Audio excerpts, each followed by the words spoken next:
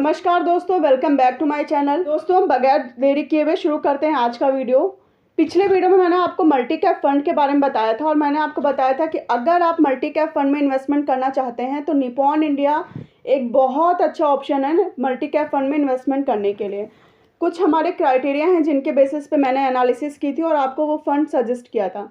पर अगर आप चाहते हैं Nippon India multi cap fund के साथ साथ और भी मल्टी कैप्स में इन्वेस्टमेंट करना, या उसके अलावा और क्या ऑप्शन हो सकते हैं ये जानना चाहते हैं, या फिर आप जो भी टॉप के फंड्स हैं उनके बीच में निपॉन इंडिया को क्यों मैंने ऊपर रखा था ये कंपैरिजन चाहते हैं, तो प्लीज़ इस वीडियो में बने रहिए।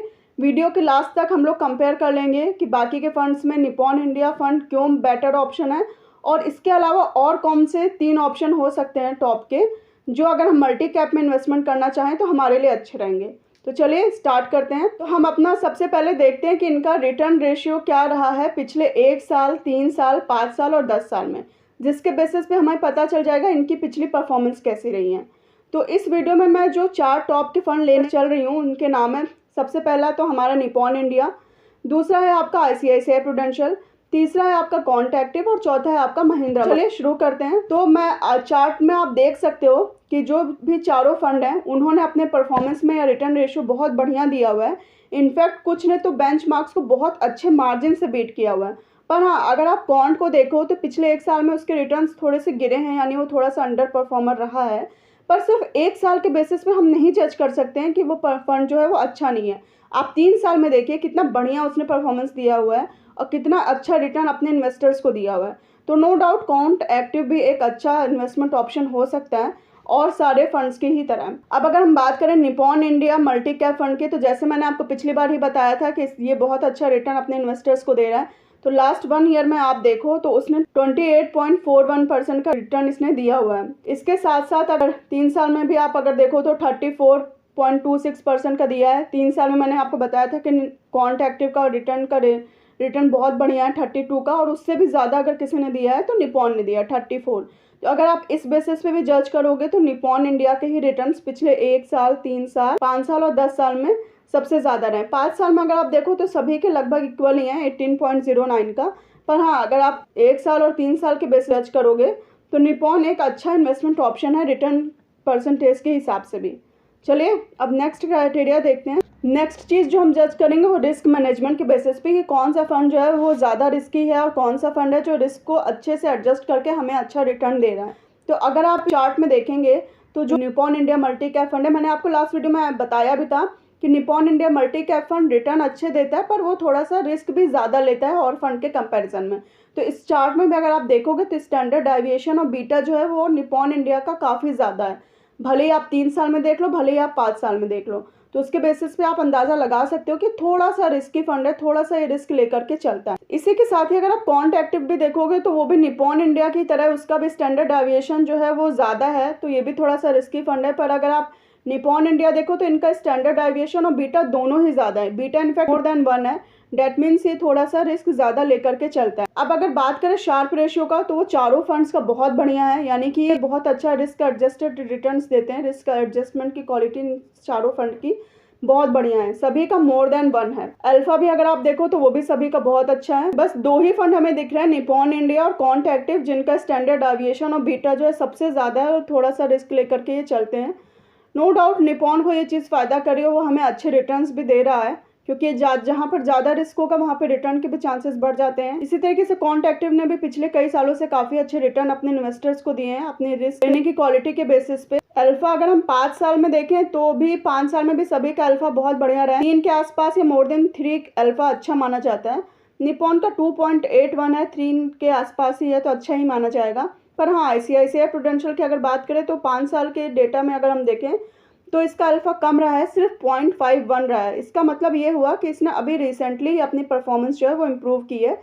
इससे पहले इसकी परफॉर्मेंस कोई बहुत अच्छी नहीं थी, पर हाँ अभी अगर रिसेंट टाइम में देखें तो ये भी एक अच्छा ऑप्शन। तो ये तो हमने कंपेयर कर लिया रिस्क एडजस्टिंग और रिस्क मैनेजमेंट के बेसिस पे कि कौन सा फंड ज़्यादा रिस्क लेता है और कौन सा फंड कम रिस्क लेता है, किसमें रिस्क एडजस्टमेंट की क्वालिटी अच्छी है। तो सभी में ही रिस्क एडजस्टमेंट की क्वालिटी देखें तो चारों ही फंड में अच्छी है, सभी का अल्फा बहुत बढ़िया है। पर हाँ, अगर बात करें कि कौन सा फंड सबसे ज़्यादा रिस्क ले रहा है तो इसमें हमें 2 फंड दिख रहे हैं, एक आपका निपॉन इंडिया और दूसरा आपका क्वांट एक्टिव। अब बात करते हैं, जैसे मैंने आपको लास्ट वीडियो में बताया था कि मल्टी कैप फंड की क्वालिटी यही होती है कि वो 25% लार्ज कैप में इन्वेस्ट करते हैं, 25% मिड कैप में करते हैं और 25% स्मॉल कैप में करते हैं। तो हम देखते हैं चारों ही फंड कितना कितना percentage large cap, mid cap और स्मॉल कैप में इन्वेस्ट कर रहे हैं।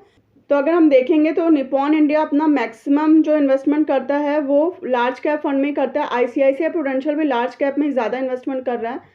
निपॉन इंडिया आप देखो तो 42.34 और अगर ICICI प्रूडेंशियल बात करो तो एग्जैक्ट 43.81 यानी अप्रॉक्स 44% ही लार्ज कैप में करता है। बाकी के दोनों फंड जो है महिंद्रा मनुलाइफ जो है वो 37.86 कर रहा है यानी अप्रॉक्स 38, और अगर कॉन्ट एक्टिव की बात करें तो ये 30% ही लार्ज कैप में कर रहा है। यानी कि अगर आप बाकी फंड्स के कंपैरिजन में देखेंगे तो सबसे कम इन्वेस्टमेंट लार्ज कैप कंपनीज में अगर कोई कर रहा है तो वो कॉन्ट एक्टिव कर रहा है। मिड कैप में बात करें तो सबका परसेंटेज लगभग सेम ही है। सबसे ज़्यादा कॉन्ट एक्टिव का है 29.38, पर सभी आसपास ही कर रहे हैं, 26 to 30 के बीच में ही कर रहे हैं। अगर स्मॉल कैप की बात करें तो निपॉन इंडिया सबसे कम स्मॉल कैप में कर रहा है 29.47 का। महिंद्रा मनुलाइफ जो है 33.48 कर रहा है। ICICI 25.30 कर रहा है, यानी एग्जैक्ट जो 25% का क्राइटेरिया होता है वो वही फुलफिल कर रहा है।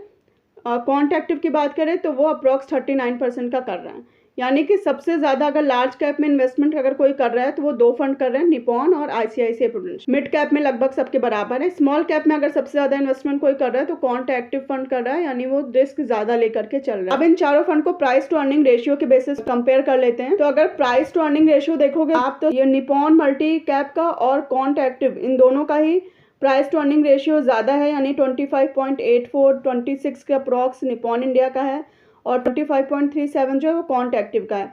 इसका मतलब ये हुआ कि ये ग्रोथ स्टॉक में ज़्यादा इन्वेस्टमेंट कर रहे हैं क्योंकि इनका प्राइस टू अर्निंग रेशियो ज़्यादा है। इसी के ठीक अपोजिट महिंद्रा मनुलाइफ का और ICICI प्रूडेंशियल का देखेंगे तो दोनों का लगभग बराबर है। महिंद्रा मनुलाइफ का 19.05 है, ICICI प्रूडेंशियल का 20.14 है, यानी कि ये वैल्यू स्टॉक में ज़्यादा इन्वेस्टमेंट कर रहे हैं। अब बात करते हैं एनुअल टर्नओवर की। तो अगर आप देखोगे तो महिंद्रा मनुलाइफ का एनुअल टर्नओवर और कॉन्ट एक्टिव फंड का एनुअल टर्नओवर बहुत ज़्यादा है। निपॉन इंडिया का सिर्फ 33% है, सबसे बेटर है, और ICICI प्रूडेंशियल का भी कम है, सही है 84% के कंपैरिजन में। महिंद्रा मनुलाइफ और कॉन्ट एक्टिव का एनुअल टर्नओवर ज़्यादा होना ये इंडिकेट करता है कि ये बाय एंड सेल पे बिलीव करते हैं। इनके स्टॉक पोर्टफोलियो में अक्सर चेंजेस आते रहते हैं। इसके ठीक अपोजिट निपॉन इंडिया हुआ या फिर आपका ICICI प्रूडेंशियल हुआ, ये बाय एंड होल्ड पे बिलीव करते हैं। इनका स्टॉक पोर्टफोलियो में बहुत ज़्यादा चेंजेस ये नहीं करते हैं, ये स्टॉक्स को बाय करके प्रॉपर टाइम के लिए होल्ड भी करते हैं। अब बात कर एक्सपेंस रेशियो की बात करें तो सभी का 1 के आसपास ही है। सबसे ज़्यादा अगर देखें तो ICICI prudential multi cap fund का एक्सपेंस रेशियो सबसे ज़्यादा है। मैंने आपको ये जो चारों फंड्स बताए हैं, अगर आप इनको खुद से कंपेयर कर सकते हैं। मैंने आपको जो भी क्राइटेरिया है वो सारे आपको बता दिए हैं, किन बेसिस पे मैंने कंपेयर किया था और किसके बेसिस पे क्या रिजल्ट निकला था। तो अभी भी अगर आप कंपेयर करोगे तो निपॉन इंडिया एक बेटर ऑप्शन है। चारों ही फंड्स में वो अच्छा रिटर्न भी दे रहा है, वो अपने स्टॉक्स को बाय करता है, होल्ड भी करता है। नो डाउट वो थोड़ा ग्रोथ स्टॉक्स में ज़्यादा लगा रहा है, इस वजह से थोड़ा सा रिस्की है। पर अगर आप चारों में कंपेयर करोगे रिटर्न्स के बेसिस पे, आप अल्फा देखो तो वो भी बहुत अच्छा है। डेट मीन्स अगर वो रिस्क ले रहा है तो वो रिस्क अच्छे से एडजस्ट भी कर रहा है। तो according to me again Nippon India is a better option, but again I will say same thing, it's your decision. आप खुद से अपनी तरफ से एनालिसिस करिए और उसके बाद जज करिए कि आपको कहाँ पर अपना पैसा लगाना है, क्योंकि अल्टीमेटली वो आपका पैसा है, आपकी मेहनत की कमाई है। अगर आपको वीडियो अच्छा लगा तो आप प्लीज़ इस वीडियो को लाइक करिए, कमेंट करिए और मेरे चैनल को सब्सक्राइब करिए, ताकि मुझे भी मोटिवेशन मिले और मैं इसी तरीके के और वीडियोज़ आपके लिए ला पाऊँ। चलिए, आप सब अपना ध्यान रखिए, मिलते हैं नेक्स्ट वीडियो में। Bye bye and take care.